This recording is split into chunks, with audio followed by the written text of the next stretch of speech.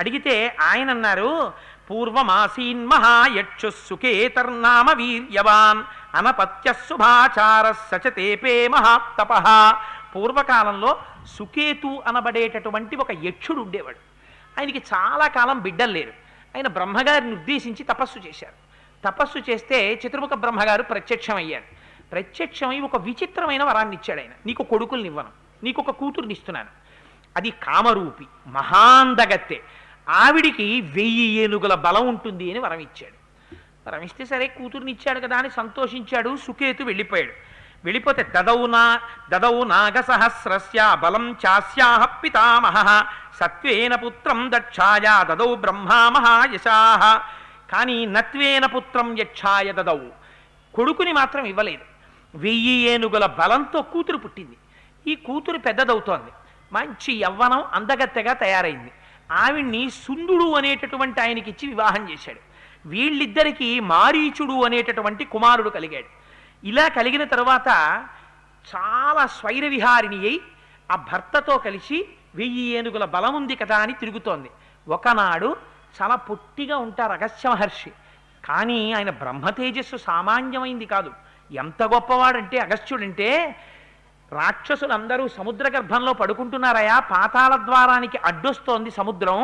ఒక్కసారి ఈ సముద్రాన్నంతటినీ ఎవరైనా తాగేస్తే పాతాళ లోకంలో ఉన్న రాక్షసుల్ని సంహరిస్తానన్నారు దేవతలు.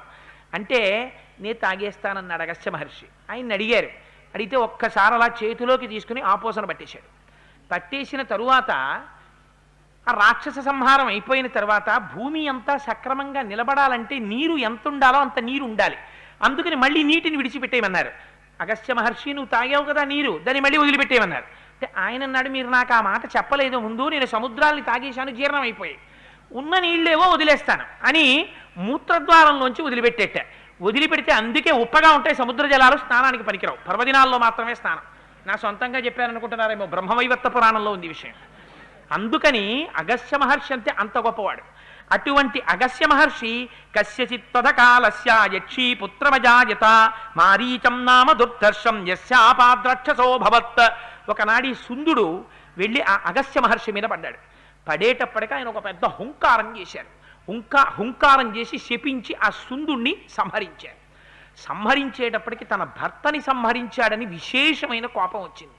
కోపం వచ్చి తన కుమారుడైనటువంటి మారీచుడితో, వాడి పెద్ద దేహం, పెద్ద పెనం ఎలా ఉంటుందో అలా ఉంటుంది వాడి ముఖం, వాడు ఆ మారీచుడిని తీసుకుని ఈ తాటకై వెళ్ళి ఆ అగస్త్య మహర్షి మీద పడింది. ఆయన్ని కూడా సంహరిద్దామని. రాక్షసత్వం భజస్యేతి మారీచం యాజహారసః అగస్త్య పరమ క్రుద్ధ తాటకామపి శప్తవాన్ పురుషాదీ మహాయక్షీ విరూపా వికృతానన ఇదం రూపం విహాయాధా దారుణం రూపమస్నుతే. నీకు వికృతమైనటువంటి విరూపమైన రూపం వస్తుంది అని చెప్పి తాటకని శపించారు. ఆ మారీచుణ్ణి నా మీదకొచ్చి పడ్డావు కనుక నువ్వు ఇవాళ నుంచి రాక్షసుడు అయిపోతావని శపించారు. అందువల్ల మారీచుడు రాక్షసుడైపోయాడు. తాటకకి వికృతమైన రూపం వచ్చేసింది. తాటక యొక్క భర్త అయినటువంటి సుందుడు మరణించాడు. తాటక యొక్క జీవితము ఇలా అయిపోవడానికి ఎవరు కారణము? బ్రహ్మగారి యొక్క వరం చేత పుట్టింది. అయినా పుట్టిగా ఉన్నాడు కదా, బ్రాహ్మణుడు కదా, ఏం చేస్తాడులే, ఈ దుష్టభావన వచ్చినప్పుడల్లా గుణపాఠం చెప్పారు అగస్త్య మహర్షి. మనకి ఎదరికి వెళ్ళిన తరువాత కథ వస్తుంది. జీర్ణం వాతాపి జీర్ణం అని వాళ్ళు కూడా మేక రూపంలో లోపలికెడితే తినేసి జీర్ణం చేసేసుకున్నారు. ఆయన ఒకసారి పొట్ట మీద ఇలా రాసుకుంటే జీర్ణం అయిపోయాడు. బ్రహ్మతేజస్సు కలిగినటువంటి వారు, మహాజ్ఞానులైనటువంటి వారి జోలికిడితే ఎటువంటి పతనము సంభవిస్తుందో చూపించారు. సుందుడు మరణించాడు, కొడుకు రాక్షసుడైపోయాడు, వికృతమైనటువంటి రూపంతో తాటక రాక్షస అయిపోయింది. ఆ తాటక ఇక్కడంతా సంచరిస్తుంటుంది.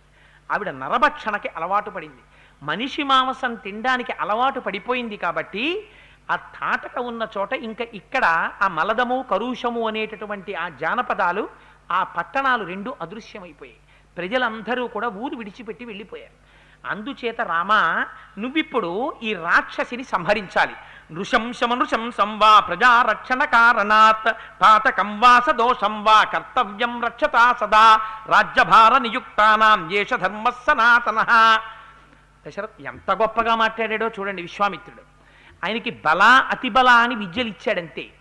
శిష్యుడికి ఏ పాటి ధైర్యం ఉందో చూస్తున్నాడు ముందు. అసలు ఎన్ని గొప్ప విద్యలు ఇచ్చేయండి మీరు, తీరా సభ దగ్గరికి వెళ్ళిన తర్వాత శత్రువుల్ని చూసిన తర్వాత మీరు అన్నీ చెప్పారు కానండి ఆవిడ్ని చూసేటప్పటికే భయం వేసింది, నాకేం గుర్తు రాలేదన్నాడు అనుకోండి శిష్యుడు, ఇంకెందుకు పనికొస్తాడు వాడికి ఎన్ని ఉపదేశాలు చేస్తే మాత్రం. అందుకని తాటక యొక్క వృత్తాంతం అంతా చెప్పారు. చెప్పి ఇప్పుడు నువ్వు ఆ తాటకని సంహరించు. అయితే అదేమిటి మహాప్రభో, ఆడది కదా, నేను క్షత్రియుణ్ణి కదా, రాజకుమారుణ్ణి కదా, నన్ను ఇంత ధీరం తీసుకొచ్చి మారీచ సుబాహుల్ని నువ్వు వధించాలని చెప్పి తాటకా సంహారం చేయమంటావేమిటయ్యా? మొట్టమొదటే నన్ను ఆడదాన్ని చంపడమా అనుకుంటున్నావేమో రామా. నృశంసమనృశంసం వా ప్రజారక్షణ కారణాత్ పాతకం వా సదోషం వా కర్తవ్యం రక్షతా సదా ఏష రాజ్యభార నియుక్తానాం ఏష ధర్మ సనాతనః. దానివల్ల మహాపాతకమే రాని, అది దోషమే కాని, అది దోషం కాకపోని ప్రజారక్షణ కోసమని చెప్పి రాజ్యాన్ని పరిపాలించేటటువంటి రాజు మాత్రం భూమికి కంటకలుగా ప్రవర్తించేటటువంటి రాక్షసుల్ని సంహరించి తీరాలి. అందుచేత రామ, నువ్వు ఇంకా ఆలోచించకుండా బాణప్రయోగం చేసి తాటకని సంహరించు. పూర్వకాలంలో అలాగే మందర అనబడేటటువంటి ఒక స్త్రీ భూమిని సంహరించడానికి ప్రయత్నం చేస్తే ఆ రోజులలో ఆవిడ్ని సంహరించారు. అలాగే భృగువు యొక్క భార్య ఇంద్రుణ్ణి సంహరించడం కోసం అని చెప్పి తపస్సులో కూర్చుంటే శ్రీ మహావిష్ణువు ఆవిడ్ని సంహరించారు. పూర్వం లోకకంటకులైనటువంటి స్త్రీలని సంహరించడం అనేటటువంటిది ఉంది. అందుకని విరోచనని కుమార్తె అయినటువంటి మందరని ఆ రోజున సంహరించినట్టు, భృగుపత్నిని ఇంద్రుడు శ్రీ మహావిష్ణువు సంహరించినట్టు నువ్వు కూడా ఇప్పుడు ఈ తాటకని సంహరించు అన్నారు.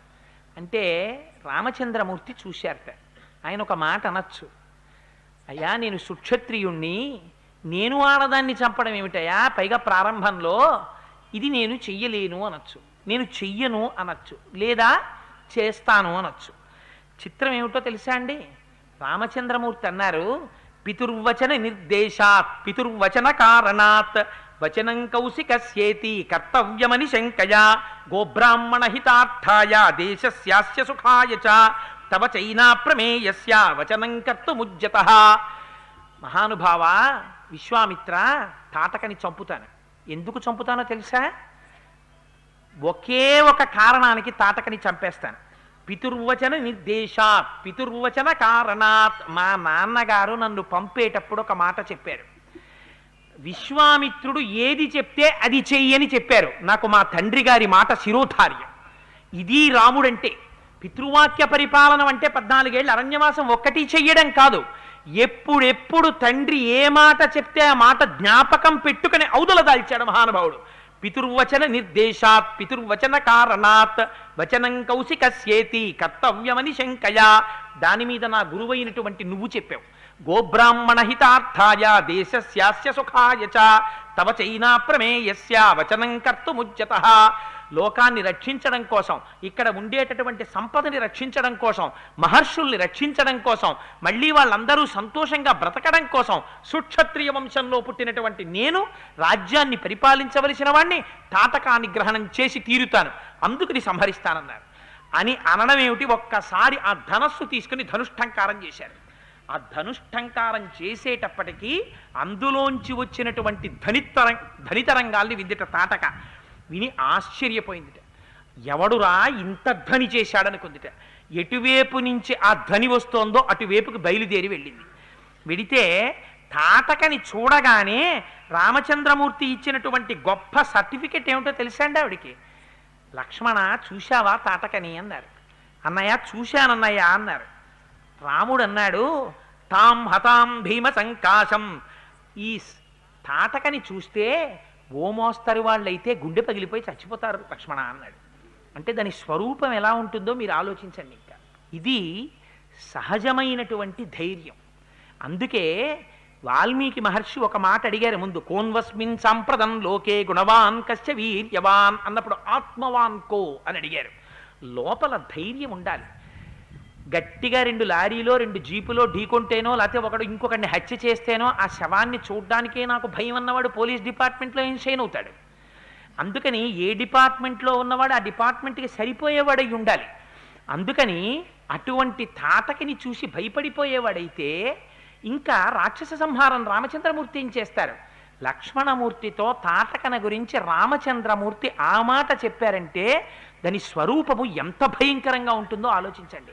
ఒక మామూలు వ్యక్తి అయితే అసలు చూడగానే గుండె బయలు చచ్చిపోతారు. అందుకే అసలు అక్కడ ఎవరు మనుషులే ఉండేవారు కాదు. బాబాయ్ ఇది ఎప్పుడన్నా కనపడుతుందేమో అని పారిపోయారు వాళ్ళందరూ. అంటే ఎంత భయంకరమైన స్వరూపమో చూడండి. అందుకని చూశారు. చూసి వెంటనే ఆ తాటక ఆవిడ మీదకి బాణప్రయోగం చేశారు. ఇంకా బాణప్రయోగం చెయ్యడమా అని ఆలోచిస్తుంటేనే రామలక్ష్మణుల్ని విశ్వామిత్రుడిని చూసిందిట. చూసి విశ్వామిత్రుడి మీద పడబోయింది. పడబోతే పెద్ద ఆయన కదా పాపం, ఇక్కడికి వీళ్ళందరినీ తీసుకొచ్చుంటారని అనుమానం దానికి. అందుకని ఆయన మీద పడబోతే ఆయన ఒక పెద్ద హుంకారం చేశారు. బ్రహ్మజ్ఞాని యొక్క హుంకారం అంటే మాటలా ఉన్నదున్నట్టు నిలబడిపోయింది. నిలబడిపోయి మాయాస్వరూపాన్ని పొంది పెద్ద రాళ్లవాన కురిపించింది. కురిపిస్తే ఆ రాళ్లవానలో చిక్కుకున్నారు. అది రేపినటువంటి ధూళి వచ్చి కళ్ళల్లో పడిపోయింది. పడిపోతే విశ్వామిత్రుడు అన్నాడు, రామా ఉపేక్షించకు, ఆ తాటకని సంహరించన్నారు. అంటే రాముడు అన్నాడు లక్ష్మణుడితోటి, లక్ష్మణ ఎంత సంహరిద్దామన్నా స్త్రీ కదా, కొంత మార్పు వస్తుందేమో చూద్దాం. నేను దీని గమన శక్తిని కొట్టేస్తాను. దీని 2 చేతులు తెగ్గొడతాను, 2 కాళ్ళు తెగ్గొడతాను. 2 కాళ్ళు 2 చేతులు తెగిపోయిన తర్వాత పడిపోతుంది. వికారమైనటువంటి రూపాన్ని కల్పించు. ఎందుకని ఇంకా ఏదైనా శరీరంలో చెక్కేసాం అనుకోండి, ఒక కన్ను చెక్కేస్తే ఇంద్రియం పోతుంది. అందుకని ముక్కు చెవులు కొట్టేస్తాను. కొట్టేస్తే చూసుకున్నప్పుడల్లా జ్ఞాపకానికి వస్తుంది. ముక్కు చెవులు లేవు కదా, జ్ఞాపకానికి వచ్చి అప్పుడైనా బుద్ధి వస్తుందేమో. అందుకని వికార రూపం కల్పిద్దాం. నువ్వు ముక్కు చెవులు చెక్కి నేను చేతులు కాళ్ళు తెగ్గొడతానన్నారు. అని చేతులు తెగ్గొట్టారు, కాళ్ళు తెగ్గొట్టారు. లక్ష్మణమూర్తి ముక్కు చెవులు చెక్కారు.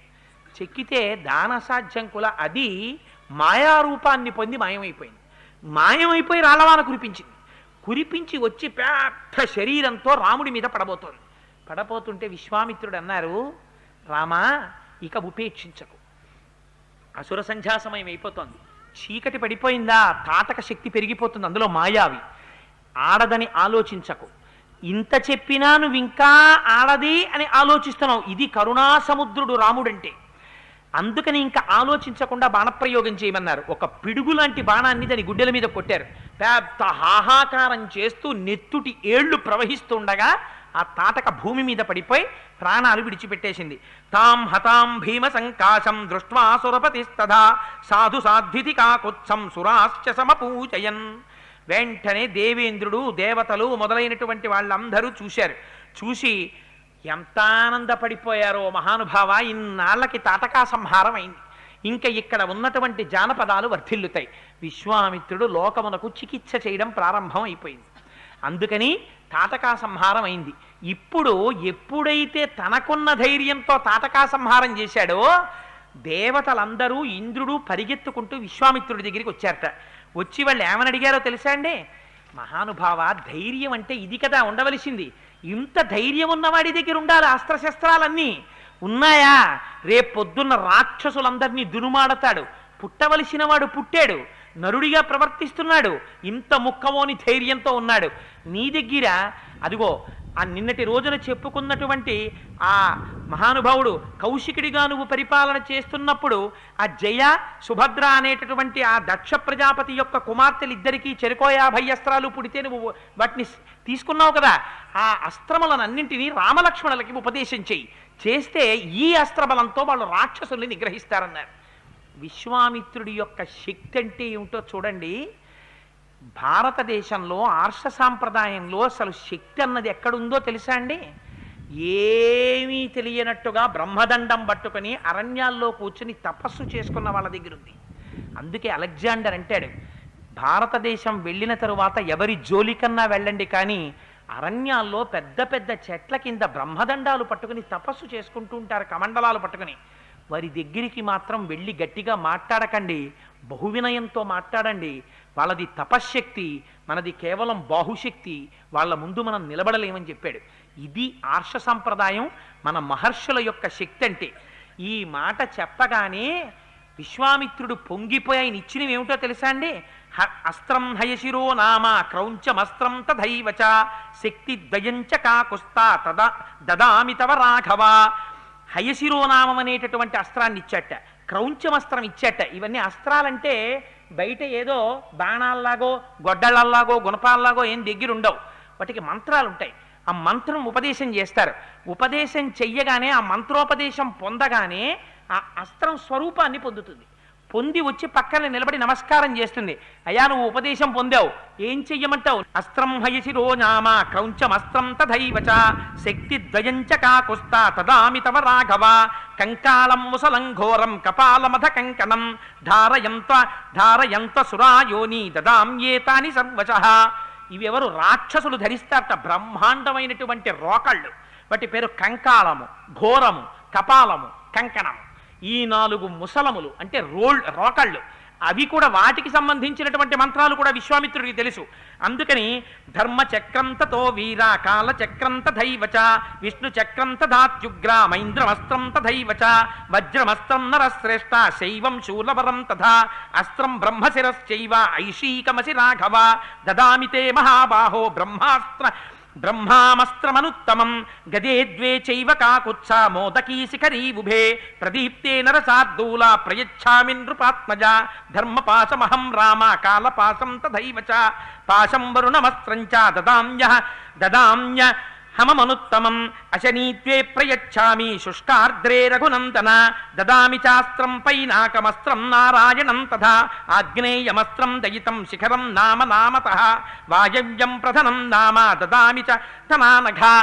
ఐంద్రాస్త్రం, బ్రహ్మాస్త్రం, బ్రహ్మశిరోనామకాస్త్రం, మానవాస్త్రం, వారుణాస్త్రం, ఇంద్రాస్త్రం, వైశీకాస్త్రం, ఆఖరికి పొడిగా ఉండేటటువంటి పిడుగులు, తడిగా ఉండేటటువంటి పిడుగులు, రోళ్ళు, రోకళ్ళు, రాక్షసగణాలు, క్రౌంచాస్త్రాలు, గాంధర్వాస్త్రాలు, నారాయణాస్త్రాలు, బ్రహ్మాస్త్రం, బ్రహ్మశిరోనామకాస్త్రం, మానవాస్త్రం, ఇవి అవి అని లేవు, సర్వాస్త్రములు చెప్పేశారు. చెప్పి 2 గదలు కూడా ఇచ్చేశారు. నందనం అనేటటువంటి ఒక గొప్ప ఖడ్గాన్ని బహూకరించారు. ఎవరు? బ్రహ్మజ్ఞానం కలిగినటువంటి విశ్వామిత్రుడు ఇంత అస్త్ర సంపత్తిని ఉపదేశం చేసేసేట. చేసేస్తే ఈ అస్త్రములన్నీ పురుష రూపాలని ధరించాయి. వచ్చి రామచంద్రమూర్తి పక్కన నిలబడ్డాయి. ఇవన్నీ ఆయన ఉపదేశం పొందారు. పొందిన తరువాత నిలబడి, స్వామి మేమందరం మీ కింకరులం, నిన్ను సేవిస్తున్నాం, ఎవరి మీదకెళ్ళమంటావు చెప్పన్నారు. అంటే రాముడు అన్నాడు, వాళ్ళని ఒక్కసారి ఇలా తన చేతితో ముట్టుకుని మీ అందరూ నా మనస్సులో ప్రవేశించండి, నా మనస్సులో తిరుగాడుతుండండి, నేను ఎప్పుడెప్పుడు పిలిస్తే అప్పుడప్పుడు పైకి రండి అన్నాడు. ఇప్పుడు ఏమైంది? విశ్వామిత్రుడిలో ఉన్నటువంటి సమస్త శక్తులు రామచంద్రమూర్తిలోకి ప్రవేశించాయి. ఈ మాట ఎవరు చెప్పారు? వశిష్ఠ మహర్షి చెప్పారు. విశ్వామిత్రుడితో వెళ్ళిన తరువాత నీ కొడుకు ఎలా మారతాడో చూడమని. ఎంత తపస్సు చేస్తే ఈ వేదం అంతా వస్తుంది, ధనుర్వేదం. ఏ తపస్సు లేకుండా గురువు యొక్క అనుగ్రహం కలిగిందా? ఇంత తపశ్శక్తిని ధారపోసేశాడు విశ్వామిత్రుడు. ఇవన్నీ చేసిన తరువాత మరునాడు ఉదయం నిద్రలేస్తే విశ్వామిత్రుడు వంక చూసి రాముడు అన్నాడు, మహానుభావ, గురుత్తమ, నాకు మీరు ఇన్ని అస్త్రాలు ఉపదేశం చేశారు, ఆఖరికి పైశాచికాస్త్రం కూడా ఉపదేశం చేశారు, నాకు వీటి ఉపసంహారం కూడా చెప్పమని అడిగాడు. పొంగిపోయేట విశ్వామిత్రుడు. మళ్ళీ ఉపసంహార మంత్రాలన్నీ నేర్పారు. నేర్పి వాటితో పాటుగా రామ ఇంకొన్ని అస్త్రాలు కూడా ఉన్నాయి, అవి కూడా నేర్పేస్తాను తీసుకోమన్నారు. ఆ అస్త్రాలన్నీ కూడా ఇచ్చేశారు. అడగాలి కానీ గురువులకి ఇవ్వడంలో, అందుకే నచోరహార్యం నచ రాజహార్యం న భ్రాతుభాజ్యం న జభారకారి వ్యయే కృతే వర్ధతి ఏవ నిత్యం విద్యాధనం సర్వధన ప్రధానం. గురువుకు ఉన్నటువంటి ఔదార్యం ప్రపంచంలో ఎవరికీ ఉండదు. ఆయనకి మోహం ఉండదు, దాచుకోవాలన్న తాపత్రయం ఉండదు. దొరికితే చాలు పాత్రత కలిగినటువంటి వాడు పోసేయి పోసేయి పోసేయి అని తనలో ఉన్నటువంటి జ్ఞానాన్నంతటినీ ధారపోసేస్తాడు.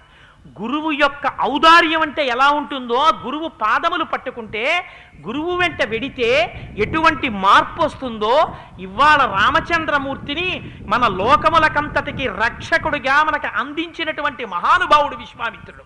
ఆ విశ్వామిత్రుడి ప్రజ్ఞ ఏమిటో వాల్మీకి మహర్షి చూపిస్తున్నారు. అగస్త్యుడి ప్రజ్ఞ అంటే ఏమిటో వాల్మీకి మహర్షి చూపిస్తున్నారు. బ్రాహ్మణ్యానికి ఉన్న గొప్పతనం ఏమిటో విశ్వామిత్రుడు చూపిస్తున్నారు. తపస్సుకి ఈ దేశంలో ఉన్న గొప్పతనం ఏమిటో విశ్వామిత్రుడు చూపిస్తున్నారు, వాల్మీకి మహర్షి చూపిస్తున్నారు. ఇది భారతదేశానికి ఉన్న గొప్పతనం. భారతదేశం ఎప్పుడు భౌతికమైన ఐశ్వర్యముతో పేరు తెచ్చుకున్నది కాదు. భారతదేశానికి ఉన్న గొప్పతనం వర్షాలు పడలేదు, మేఘాల మీద రసాయనాలు చల్లుకోవడం ఈ దేశానికి చేత కాదు. ఒక మహాపురుషుడి కాళ్ళు పట్టుకుని సహస్రఘటాభిషేకం చేయించుకుంటుంది, మేఘాలు వచ్చి వర్షాలు కురుస్తాయి.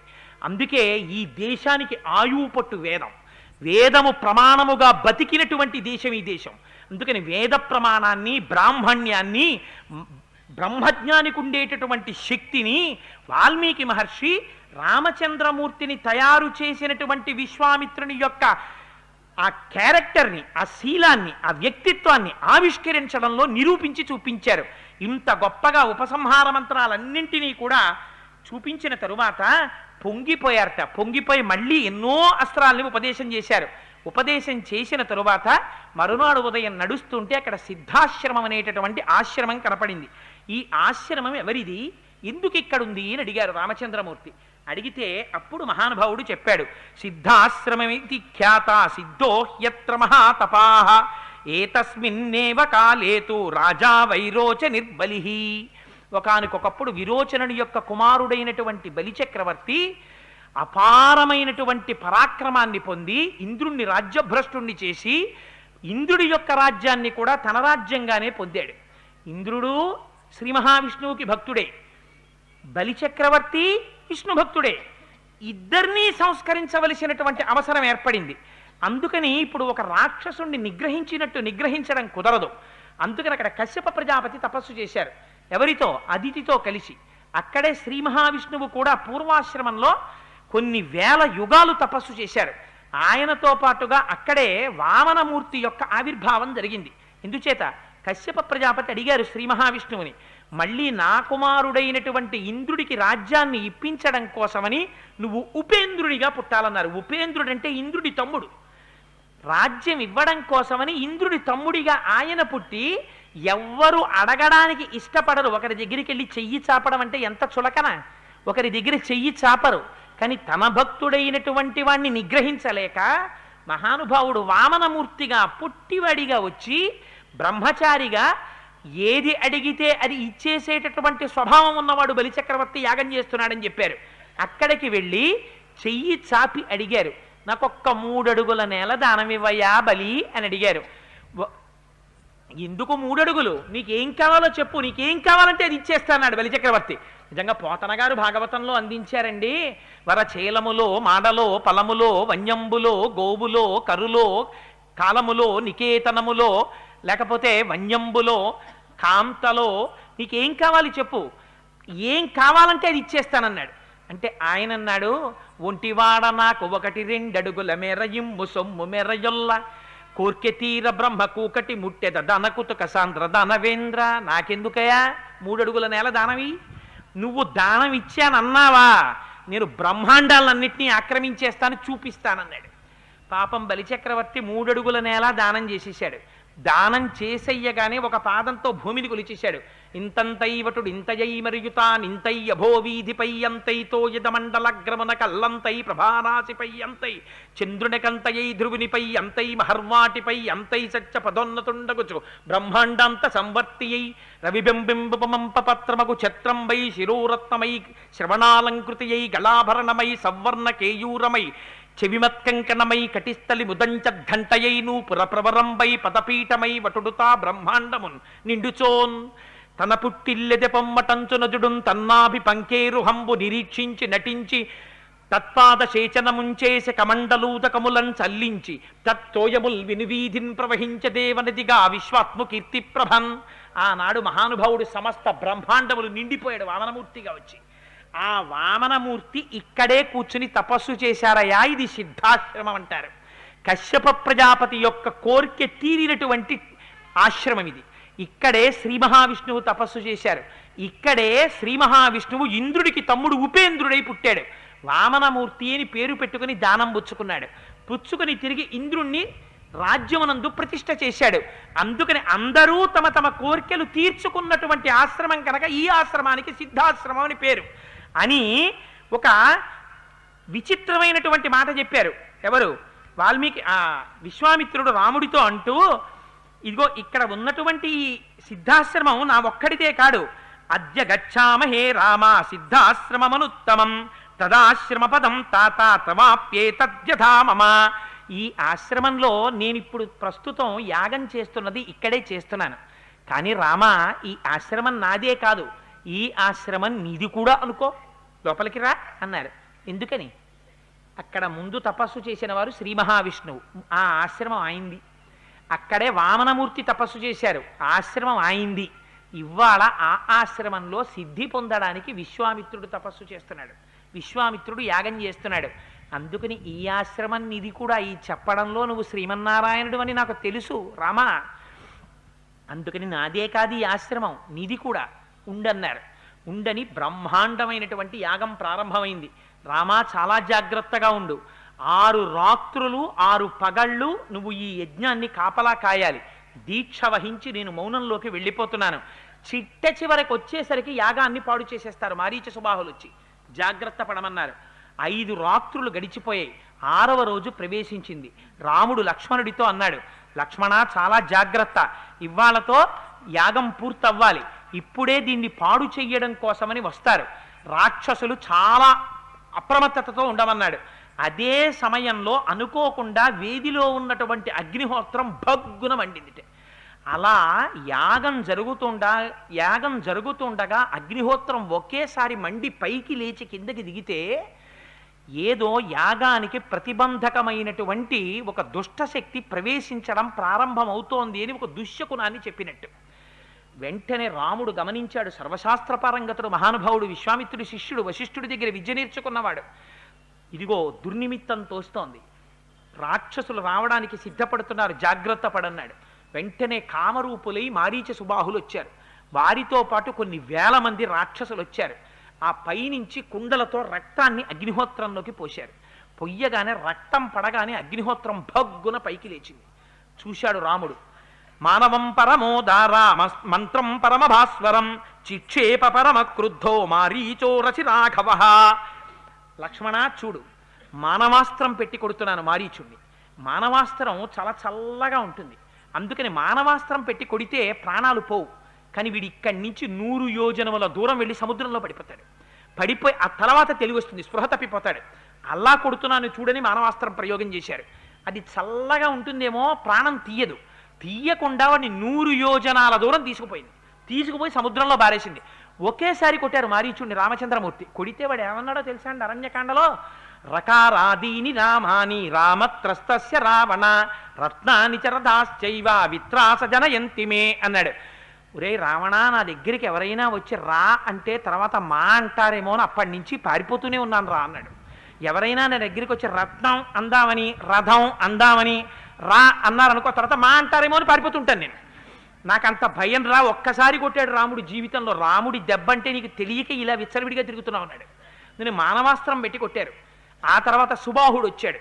వస్తే ఆయన మీదకి ఆగ్నేయాస్త్రం ప్రయోగించారు. గుండెలు బద్దలై నెత్తురు కక్కుతూ సుబాహుడు కింద పడి మరణించాడు.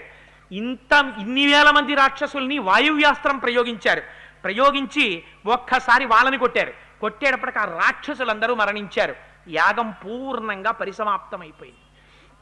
విశ్వామిత్రుడు లేచి గాఢాలింగనం చేసుకున్నాడు. ఎంతో పొంగిపోయాడు. రామా, నా యొక్క ఈ సిద్ధాశ్రమంలో జరుగుతున్నటువంటి ఈ యాగం పూర్ణంగా జరగడానికి రక్షకుడవై తోడ్పడి నా యాగ పరిపూర్తికి సాయపడ్డావు. నేను ఎంతో సంతోషించానన్నాడు. ఆ రాత్రి ఎంతో ఆనందంగా ఆ ఆశ్రమంలో ఉండి మరునాడు విశ్వామిత్రుడు రామలక్ష్మణులతో కలిసి ఉండగా ఎవ్వరూ అనలేనటువంటి మాట ఇది. ఒక్క రామచంద్రమూర్తి తప్ప వేరొకరు అనలేరండి. వినయం అంటే ఎలా ఉండాలో నిజంగా మనకి చూపిస్తాడు మహానుభావుడు.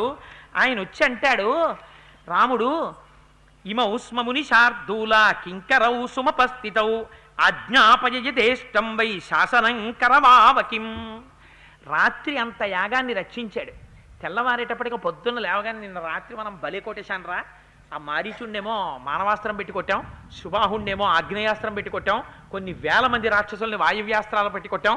అదిగో చూసావా డెడ్ బాడీస్ ఎలా పడున్నాయో, ఈ యాగాన్ని అంతటినీ మనమే రక్షించాం అని చెప్పి గురువుగారి దగ్గరికి వెళ్దాంలే, ముందు వీళ్ళందరూ వచ్చారు కదా పాపం, సారి షేక్ హ్యాండ్ ఇచ్చి వీళ్ళతో మాట్లాడదాం అనుకుంటే అహంకారం ప్రబలిపోయినట్టే. అహంకారం ప్రబలితే ఏమవుతుందో ముందే చెప్పాడు విశ్వామిత్రుడు అంగదేశం గురించి చెప్తూ. అందుకని రాముడి వినయం చూడండి, గురువుల దగ్గర ఎలా ప్రవర్తించాలో చెప్తాడు. పొద్దున్న లేచి వస్తూనే విశ్వామిత్రుడి దగ్గరికి వచ్చి నమస్కారం చేశాట. అయ్యా యాగం అయిపోయింది కదా, ఇంక ఇంటికి బయలుదేరుదామా అని అడగలేదు. నమస్కారం చేసి అన్నాడు, ఇమౌ స్మముని శార్దూల కింకరౌ సముపస్థితౌ. మేము నీ కింకరులం విశ్వామిత్ర మహర్షి, మేమిద్దరం నీ సేవకులం, నీ యొక్క పాదముల సన్నిధానంలో అంజలి ఘటించి నిలబడి ఉన్నాం. నువ్వు ఇంకా మేము చెయ్యవలసినటువంటి పని ఏదుందో ఆజ్ఞాపయధేష్టం వై శాసనం కరవావకిం, నువ్వు శాసించు, ఆజ్ఞాపించు. ఒరే కింకరులారా ఈ పని చేయండి రా అని చెప్పు. ఆ పని చెయ్యడానికి నీ పాదముల దగ్గర సిద్ధంగా ఉన్నానయ్యా విశ్వామిత్ర అన్నాడు. ఇది రామచంద్రమూర్తి యొక్క వినయం అంటే. ఎవరు ఉండగలరలా? అంతటి వినయశీలి గురువు దగ్గర. అదే రాముడు కోదండ పట్టుకు నిలబడ్డాడా, గుండెలు బద్దల కొడతాడు రాక్షసుల్ని. అదే రాముడు తండ్రి దగ్గరికి వెళ్ళాడా, తండ్రిని సత్యమునందు నిలబెడతాడు. ఎవరి దగ్గరికి వెళ్ళినప్పుడు ఎలా ప్రవర్తించాలో రాముడు తాను అనుష్ఠించి మనకి చూపిస్తాడు. అందుకే రామాయణం అంత గొప్ప రామాయణమైంది. అయితే మరునాడు ఉదయం వీళ్ళు బయలుదేరుతుంటే విచిత్రం ఏమిటో తెలుసా అండి? అక్కడ మిథిలానగరంలో జనక మహారాజు గారు బ్రహ్మాండమైన యాగం చేస్తున్నాడు. అక్కడ చూడవలసినవి రెండున్నాయి, శివధనస్సు ఒకటి, ఇంకొకటి ఉందన్నారు. ఇంకొకటి ఏమిటి? శివధనస్సు ఒకటి చూడవలసింది, రెండవది పేరు చెప్పలేదు, సీతమ్మ కత్తుంది చూడవలసింది. అందుకని రామ నువ్వు మాతో రా, బయలుదేరుదామన్నారు. విశ్వామిత్రుడు రామలక్ష్మణులు బయలుదేరుతుంటేట సిద్ధాశ్రమంలో ఉన్న మృగాలన్నీ కూడా విశ్వామిత్రుడి వెంట వెళ్ళిపోతున్నాయిట. అంటే ఏమిటి? బ్రహ్మతేజస్సు కలిగినటువంటి వాడు వచ్చినా, బ్రహ్మతేజస్సు ఉన్నవాడు వెళ్ళిపోతున్నా, మృగములు కూడా వారిని చూసేటప్పటికీ అపారమైన సంతోషాన్ని పొంది ఆయనతో పాటు వెళ్ళిపోదాం అనుకుంటాయిట. అంటే ఎంత ప్రేమిస్తాయో చూడండి. అంటే ఆ హృదయం ఎలా ఉంటుందో మీరు ఆలోచించండి. ఇది విశ్వామిత్రుడంటే. ప్రతి క్షణం ప్రతి శ్లోకంలో విశ్వామిత్రుడి వైభవం ఏమిటో ప్రకటిస్తుంటారు వాల్మీకి మహర్షి. ఆర్ష సాంప్రదాయంలో గురువు యొక్క వైభవం ఏమిటో చూపిస్తారు. శిష్యులు తన వెంట రావడం గొప్ప కాదు, విశ్వామిత్రుడు వెళ్ళిపోతుంటే క్రూర మృగాలు వెంటబడ్డాయి, మేము వచ్చేస్తాను నీతోటని. ఆయన వెనక్కి తిరిగి అన్నట్ట, వద్దు వద్దు మీరందరూ ఇక్కడ ఉండండి, సంతోషంగా కాలం గడపండి, నేను బయలుదేరుతానని విశ్వామిత్రుడు వెళ్ళిపోయేట. ఇంత గొప్పగా ఇక్కడ యాగం జరిగింది. ఆయనకి ఏమైనా అటాచ్మెంట్లు మమకారాలు ఇవేమి ఉండవు వాళ్ళకి. వాళ్ళు అలా తిరుగుతూనే ఉంటారు. ఏకాకి నిస్పృహ శాంత చింతాసూయా వివర్జిత, ఎప్పుడు ఏకాకి సంతోషంగా తిరుగుతుంటాడు. ఇది బ్రహ్మజ్ఞానికి ఉన్న లక్షణం. అంతేకాని అయ్యో నా అస్త్రాలన్నీ రాముడికి ఇచ్చేశాను, ఇప్పుడు నాతో సమానమైన వాడు ఇంకోటి తయారైపోయాడు, వాడికి వచ్చు, ఇంకోటి ఏదైనా నేను నేర్చేసుకోవాలి అని ఈ వెర్రి వ్యామోహాలు వాళ్ళకేం ఉండవు. ఇది బ్రహ్మజ్ఞానం అంటే. ఎంత ఔదార్యం ఉన్నవాళ్ళో చూడండి ఆ జ్ఞానులు, ఆ ఋషులు. ఇది రామాయణ వైభవం. అయితే నేను ఇవి చేతకాకపోయినా నేను చెప్తుంటే మీ అందరూ ఇంత శ్రద్ధగా వింటున్నారని నాకు ఒక ఆలోచన వచ్చింది. ప్రతిరోజు 11 మాటలు రామచంద్రమూర్తి నామాన్ని విశ్వామిత్ర మహర్షి ప్రతి శ్లోకంలో అవసరం ఉన్నా లేకపోయినా సిద్ధాశ్రమంలో యాగం పూర్తయ్యే వరకు 1-2 మాటలు రామ రామ రామ రామ అంటూనే ఉంటారు. ఎందుకు అలా అంటామంటే రామనామం చెప్తే చాలు, రామ రామ రామ అంటే చాలు, మనకి శత్రువులు తొలగిపోయి కార్యసిద్ధి జరుగుతుంది. నేను రామాయణం మీ అందరూ ఇంత భక్తిగా వింటున్నారు కాబట్టి రోజుకి 11 మార్లు మనం రామనామం చెప్దాం. అది ఎలా చెప్దామంటే నేను ఒక మకుటాన్ని అంటుంటాను. ఆ మకుటాన్ని నేను అంటున్నప్పుడు, అంటే ఉదాహరణకి చెప్తున్నాను, మీరు అప్పుడే అనకండి, ఉదాహరణకి చెప్తున్నాను. నేను శ్రీరామనామము రామనామము రమ్యమైనది రామనామము అంటాను. మీరు ఇంకేం మార్చక్కర్లా. నేను ఆ తర్వాత ఇంకోటేదో చెప్పచ్చు. ఇంకో మాట నేనన్నా, మీరు మాత్రం మీ అందరూ అదే చెప్తుండండి. రామనామము రామనామము రమ్యమైనది రామనామము. ముందు మాత్రం శ్రీకారం పెట్టండి తప్పకుండా. శ్రీరామనామము రామనామము రమ్యమైనది రామనామము. మాకు రక్షణ అక్కర్లేదండి, మాకెందుకండి రామనామం అని అనుకునేటటువంటి వాళ్ళు ఈ సభలో ఉంటారని నేను ఒక్కనాటికి అనుకోను. అందరికీ కావాలి. అందుకని అందరూ ముక్త కంఠంతో అనండి. ఆ దేవాలయంలో సీతమ్మ తల్లిని చూడండి, ఇలా నిలబడి ఇలా తల కొంచెం ఇలా పక్కకి పెట్టి చూస్తుంటుంది. ఆ రామచంద్రమూర్తి చెవి దగ్గరికి ఇలా వంగి, చూశారా పిల్లలు ఎంత ఆర్తిగా మంచులో కూర్చొని మన పేరు పిలుస్తున్నారో అని పొంగిపోయి మన వెంట కోదండం పట్టుకు తిరగాడు రామచంద్రమూర్తి. అందుకని అందరం, నాకొక్కడికే ఎందుకు ఉండాలి ఆ ఫలితం, నేను ఒక్కడనే రామాయణం చెప్పాడు కోటేశ్వరరావు అన్న ప్రభ నాకెందుకు. అందుకని అందరికీ ఫలితం దక్కాలి. 11 మార్లు మీ అందరూ అదొక్కటే, ఇంకేది అనక్కర్లా. నేను మొకటం మారుస్తూ ఉంటాను అందం కోసం. మీరు శ్రీరామనామము రామనామము రమ్యమైనది రామనామము అందురుగానే ఆగండి. నేను అంటాను, ఇంకిక్కడి నుంచి మీరు అనండి. శ్రీరామనామము రామనామము రమ్యమైనది రామనామము.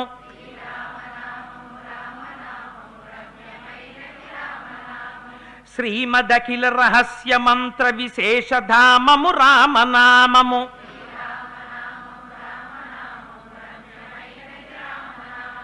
దారి నుంటిగా నడుచు వారికి తోడు నీడే రామనామము.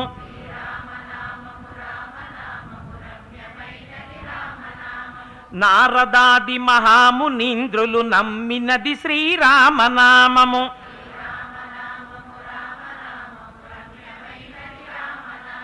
కోరి కొలిచిన వారికెల్లను కొంగు బంగారు రామనామము.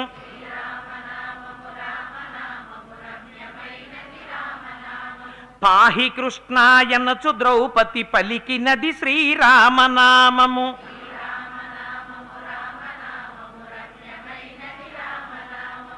ఆలు బిడ్డల సౌఖ్యము కన్న అధికమైనది రామనామము.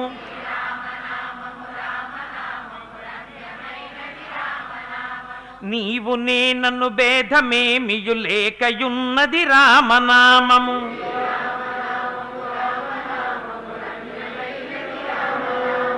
ఇడా పింగళ మధ్య మందున ఇమిడియున్నది రామనామము.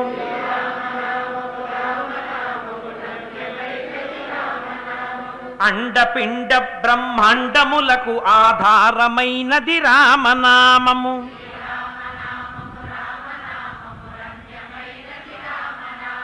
గౌరికి ఉపదేశ నామము కమలు జడు జపించు నామము.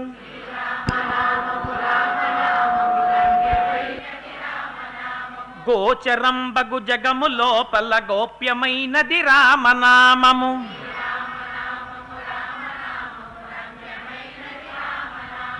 రామనామము రామనామము రమ్యమైనది రామనామము.